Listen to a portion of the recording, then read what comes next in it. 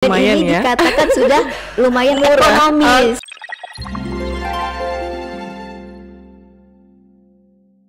Assalamualaikum warahmatullahi wabarakatuh. Halo sahabat BBLK, bertemu lagi bersama kami di podcast BBLK Palembang bersama saya Aditya Dan saya Yesi. BBLK Palembang, Layanan cepat, hasil akurat.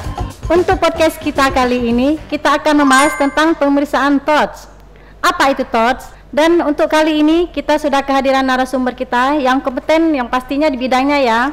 Di sini kita sudah kehadiran Dr. Yeprianda dan Mbak Umi Kalsum SST MKM. Assalamualaikum dokter. Waalaikumsalam.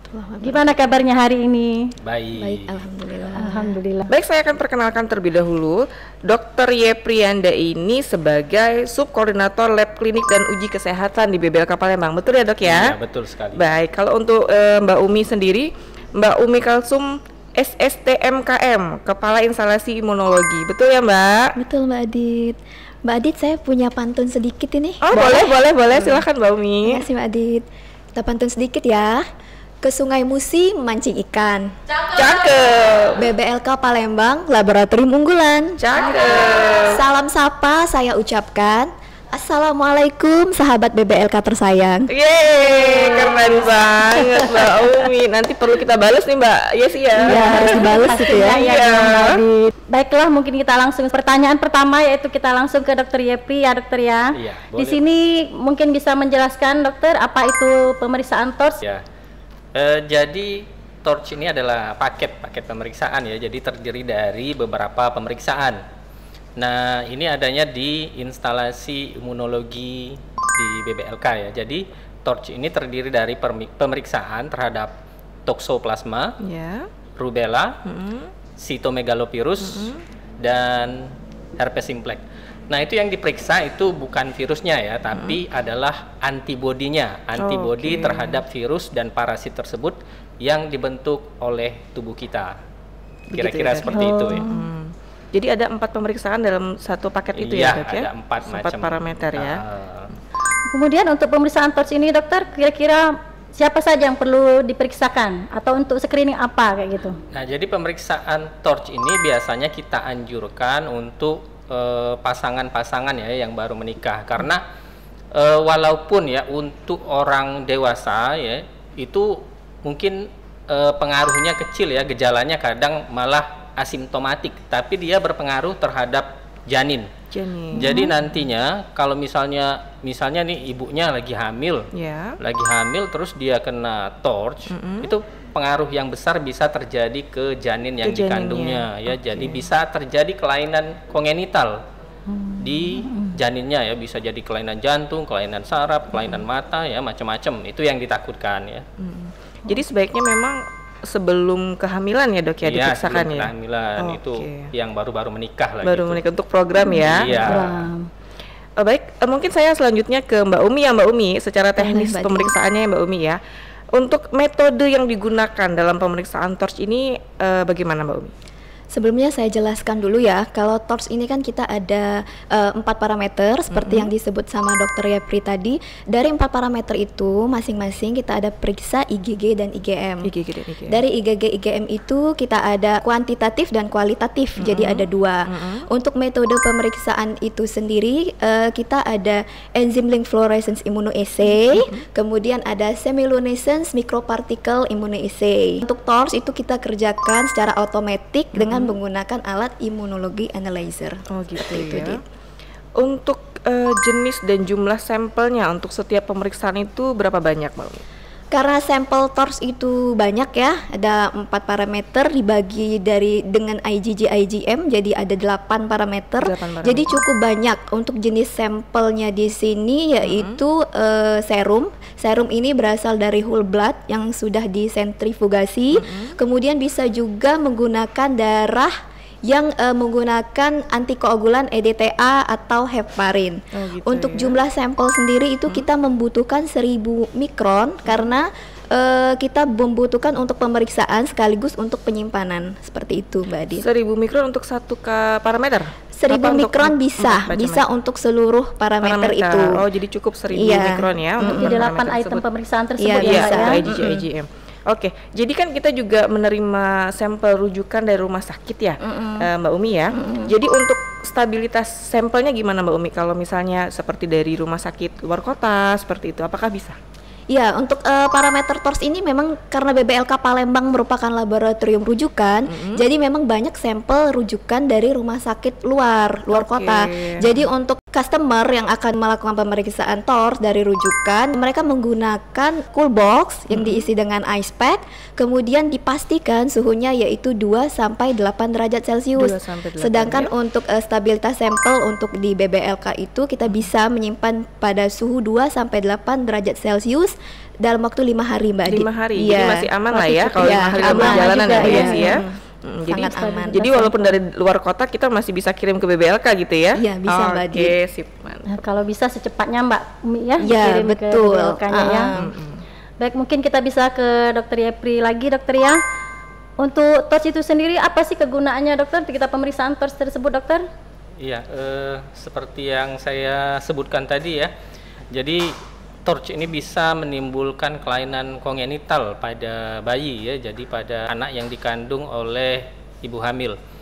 Jadi gunanya itu terutama untuk mencegah terjadinya hal tersebut. Jadi kita tahu ibunya ini statusnya gimana, apakah sedang terinfeksi atau tidak. Nah, kalau misalnya sudah diketahui, ya dengan cepat bisa dilakukan pengobatan seperlunya ya. Untuk gejala umumnya mungkin bisa disebutkan, Dokter, gejala misalnya sudah terkena misal TORCH ini gimana, Dokter? Kalau untuk orang dewasa sendiri itu bervariasi dan biasanya malah asimptomatik atau sekedar ya demam, kemudian ada res. Nah, cuman itu tadi yang sudah saya sampaikan bahwa yang bisa fatal itu ke janin yang dikandungnya, bisa sampai ya keguguran, Cacat, Dokter ya, bisa bayinya bisa ya. kelainan jantung, kelainan Down syndrome saraf, mungkin ya? kalau Down syndrome enggak. kemudian kelainan pada mata dan lain-lain, kira-kira seperti itu. Jadi Biasanya memang bahaya didapat ya. dari mana, Dokter, umpama TORCH ini, misalnya dari hewan atau dari apa kayak gitu? Kalau untuk TORCH kan ada ya, salah satunya itu toksoplasma. Nah, toksoplasma itu ada di hostnya itu, host definitifnya itu kucing. Kucing Nah, ya. jadi kalau toksoplasma itu ada di fesesnya kucing. Berarti bukan di bulu ya? Bukan di bulu. Bukan. Jadi untuk wanti-wanti juga untuk sahabat BBLK yang pencinta kucing Iya. ya. Mungkin kesehatan kucingnya perlu dijaga juga Iya, ya, Dok ya. sama kalau membersihkan fesesnya Kotoran. pakai sarung Sarung tangan. tangan, ya. oh, safety. Habis itu Oke. cuci tangan. Kemudian ada juga di daging. Jadi kalau misalnya masak daging, jangan sampai setengah matang gitu. berarti Jadi harus masak, jangan daging mentah ya? benar-benar masak. Iya, Oh, betul. iya, iya, iya. Nah, kalau untuk yang lain itu virus biasanya dari orang ke orang. Berarti bukan penyakit bawaan atau kongenital kayak gitu, Dokter ya? Bukan keturunan ya, Dok ya? keturunan ya? Oh, iya. Baik, mungkin bisa ke Mbak Umi lagi untuk secara teknisnya, Mbak Umi ya. Untuk pemeriksaan kita kan mungkin tokso, rubella, CMV ini masih tidak terlalu banyak ya pemeriksaan di lab-lab lain gitu. Iya, Seperti dari daerah-daerah juga kirimnya ke kita gitu ya. benar. Kita kan berarti kita punya standar mutu untuk Iya, pemeriksaan betul TORCH tersebut. sekali. Mungkin apa gitu yang bisa menjamin mutu pemeriksaan kita? Beda dari yang lain gitu, Ya, Mbak. baik Mbak Adit. Ini yang poin paling penting ya, karena untuk pemeriksaan TORCH ini sendiri di BBLK Palembang itu kita sudah terakreditasi ISO 15189 Mbak Adit. 15189 Ya, dimana kita sangat concern dengan jaminan mutunya untuk PMI dan PME-nya, dimana pemantapan mutu internal untuk pemeriksaan TORCH sendiri itu kita lakukan sudah secara rutin dan secara berkala. Jadi untuk quality control yang kita kenal dengan quality control ini sudah sesuai dengan acuan keberterimaan standar pemeriksaan, begitu, seperti itu. Dan untuk PME pemeriksaan TORCH sendiri yaitu pemantapan mutu eksternal, kita melakukan uji profisiensi eksternal dengan pihak ketiga. Oke, Pihak jadi ketiga ini independen.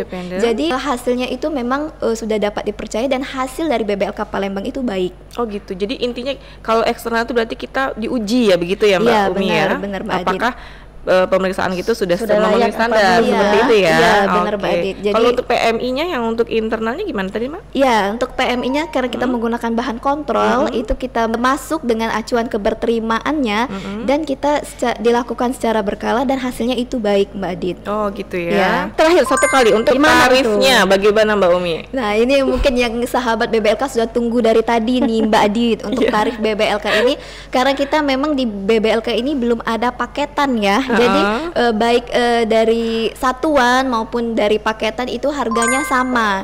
Jadi kalau untuk 8 parameter pemeriksaan TORCH itu hanya Rp2.850.000, Mbak Adit. Dan lumayan ini ya. dikatakan sudah lumayan ekonomis. Oke, dibandingkan dengan lain, tetangga gitu ya. kompetitor kita, Mbak Adit, seperti itu. Oke. Tapi kalau umpama mau periksa 1 atau 2 item aja boleh ya? Boleh, Masih lengkap ya? sangat boleh, karena itu kan sesuai dari Kebutuhan. diagnosa dokter Iya, ya. kebutuhan dokternya ya. Ya, betul. Tergantung gejala juga berarti ya Mbak Umi Iya, ya. benar Mbak Adit.